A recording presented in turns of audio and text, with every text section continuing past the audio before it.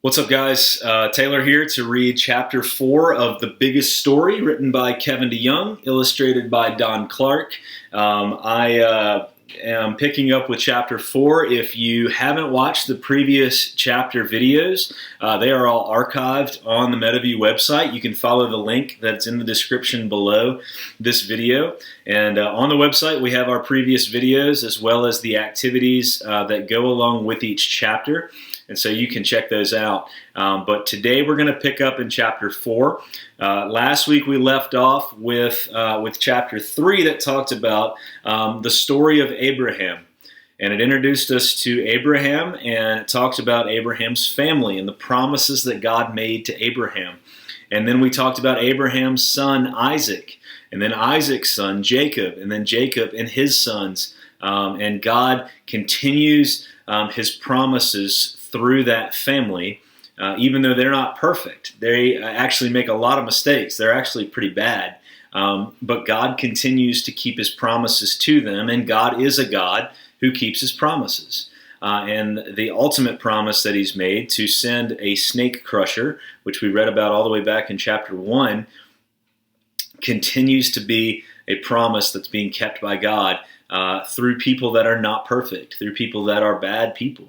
But God continues to keep his promises through these people. And so we're going to pick up in chapter 4, and we'll talk today about Moses and all the things that God did through him. And so let's read chapter 4. You can listen as I read, and then I'll share with you the activity that we can do together to go along with this chapter. So listen to chapter 4 of The Biggest Story.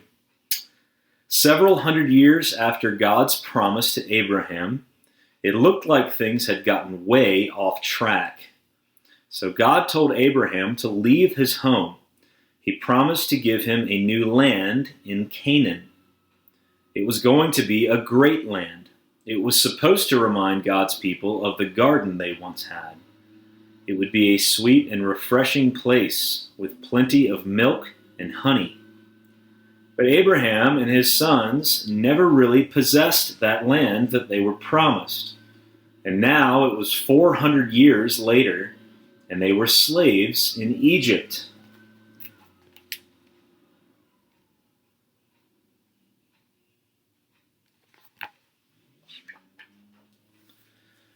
How Abraham's family got to Egypt is a long story, but here is the short version. They went to Egypt because there was a famine in Canaan. A famine means that there's no food. There was no food, so they left their home and they went to Egypt, another country. When they got to Egypt, Jacob's sons found their long-lost brother Joseph. Joseph helped them get food and a place to live, even though he was there because his 10 brothers were jealous and sold him into slavery after they almost killed him because of his fancy coat. I told you it was a long story.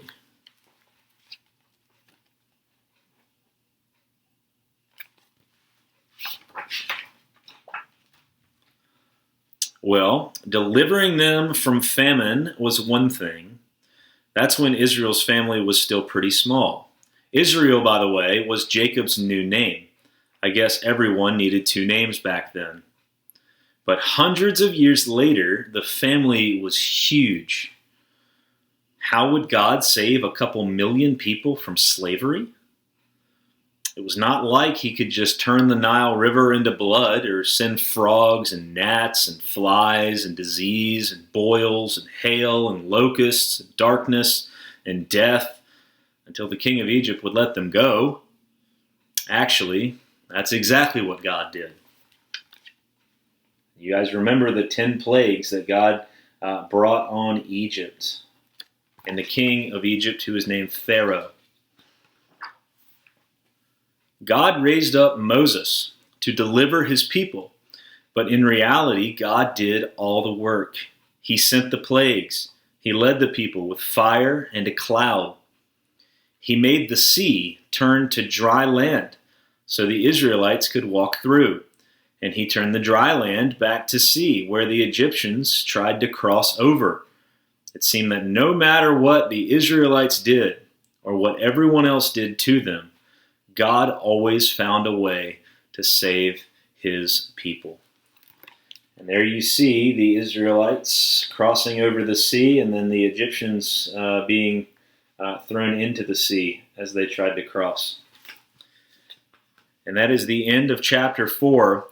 You guys remember last year, hopefully at Vacation Bible School, all the way back last summer. I know it's a long time ago, but you guys remember that we talked about the plagues of Egypt, the 10 plagues that God sent to Egypt and Pharaoh. And then you remember the crossing of the Red Sea and how we even got a chance to cross over the Red Sea together. If you were at VBS, you remember we did that together. And so that was a miracle. That was an amazing thing that God did to save his people out of slavery. And so I want you guys to download and print out the activity, parents, that we're going to attach along with this chapter. It is related to the 10 plagues of Egypt. And so we're going to send out a document. It'll be linked on the website. You can print these files out. It'll be 2 different pages. One that looks like this, and then another that looks like that.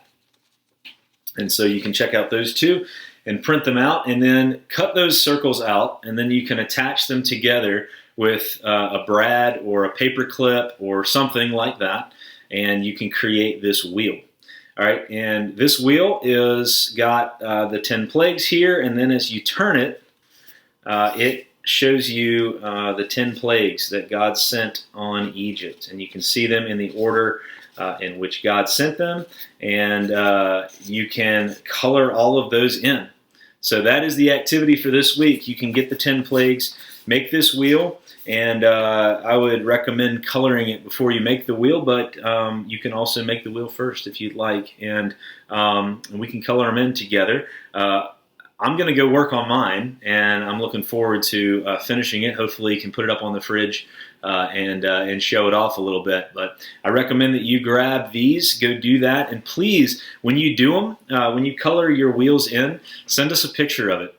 I want to see what you guys are doing. I want to see these being done, and I would love to share that with the people at Mrpc, with people, just to show them what we're all doing, all of our hard work together. So parents, children, do this together. This would be a great activity to put this wheel together.